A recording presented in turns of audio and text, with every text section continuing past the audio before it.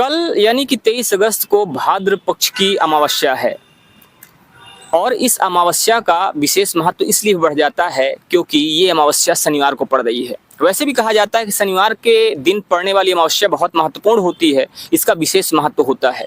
आइए बात करते हैं हमारे साथ मौजूद आचार्य धीरज द्विवेदी याज्ञिक जी से और जानने की कोशिश करते हैं कि आखिर ये जो शनिवार को पड़ रही अमावस्या है इसका क्या महत्व है, किस लिए महत्व है, इसमें क्या क्या चीज़ें करी जाती हैं और ये जो भाद्रपद की अमावस्या है ये किन कारणों से विशेष महत्वपूर्ण हो जाती है।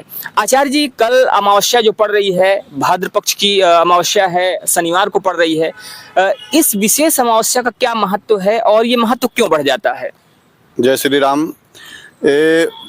प्रत्येक वर्ष तो भादों में आती है, लेकिन इसका शनिवार के दिन, कल शनिवार है, शनिवार के दिन पढ़ने से विशेष शास्त्रों में कहा गया है कि शनिवार को और सोमवार को यदि अमावस्या पड़ जाए तो उसका विशेष महत्व होता है शास्त्रों में। ऐसे दिन में पितरों के लिए ज़्यादा महत्वपूर्ण बताया गया है। साथ ही जैसे गया जाना है अथवा क्षया करना है, जिनको अपने पितरों की तिथि ज्ञात नहीं है, पिता माता आदि की, आज के दिन ही मतलब भादों की अमावस्या को ही उनके निमित्त क्षया कर्म किया जाता है। साथ ही इसे पिठौरा अमावस्या भी बोलते हैं। माताएं पीठी बना करके आटा का उसका पूजन करती हैं, संतान के लिए सर्वोत्तम माना जाता है।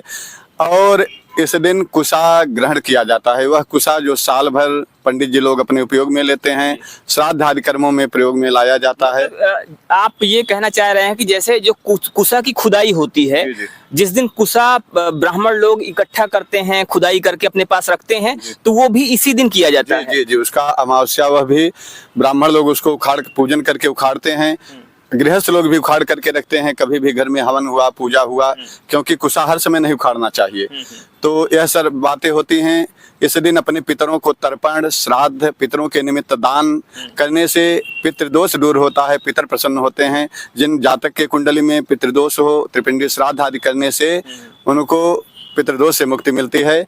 और एक उपाय भी है, बढ़िया सरल उपाय है। मान लीजिए जो तर्पण श्राद्ध नहीं कर सकते, अपने पितरों के लिए सुबह, दोपहर और सायंकालीन सरसों के तेल का दीपक लंबी बत्ती बना करके काला तिल डाल करके दक्षिण दिशा में मुख करके जलाने से पितृदोष दूर होता है और पितरों की कृपा प्राप्त होती है।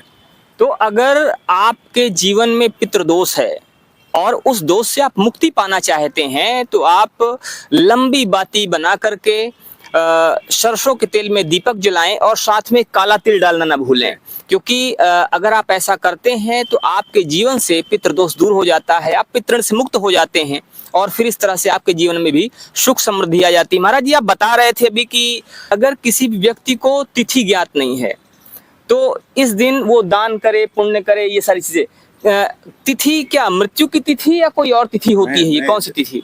पितरों की मृत्यु की तिथि। जैसे गया जाने के पहले क्षया करना पड़ता है, अथवा हमारे पूर्वज कोई, हमारे परिवार का कोई गत हो गया है तो बिना क्षया किए पिंडदान होता है, एक प्रकार का श्राद्ध होता है, निमंत्रण होता है एक प्रकार से कि हम तीर्थ यात्रा करेंगे, आपको जल दान आदि पिंडदान आदि करेंगे, तो बिना उसको किए वह पिंडदान और श्राद्ध आदि पितरों को प्राप्त नहीं होता।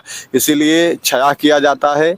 और गया बनारस आदि करने के पहले भी क्षया किया जाता है। तो इसका विशेष महत्व है कि अगर तिथि नहीं ज्ञात है जिनका, तो उस तिथि पे क्षया न करके इस पर आप क्षया करके गया कर सकते हैं और पितरों को पिंडदान आदि का अधिकार प्राप्त कर सकते हैं। तो जिसकी तिथि ज्ञात नहीं है, चूंकि बिना तिथि के क्षया नहीं हो सकता है और बिना क्षया के ये सारी चीजें नहीं हो सकती, ये सारे कर्मकांड नहीं हो सकते हैं। इसीलिए अगर आपको आपके जो भी पितृ हैं उनकी तिथि ज्ञात नहीं है तो इस विशेष तिथि को, भाद्रपद की ये अमावस्या जो होती है, इस दिन आप ये क्षया कर सकते हैं और अपने पितरों का तर्पण, श्राद्ध वगैरह सारी चीज़ें कर सकते हैं। तो ये विशेष जानकारी आपको कैसी लगी हमें ज़रूर बताइएगा। बने रहिए हमारे साथ खबरों को अपडेट के लिए। जय हिंद, जय भारत।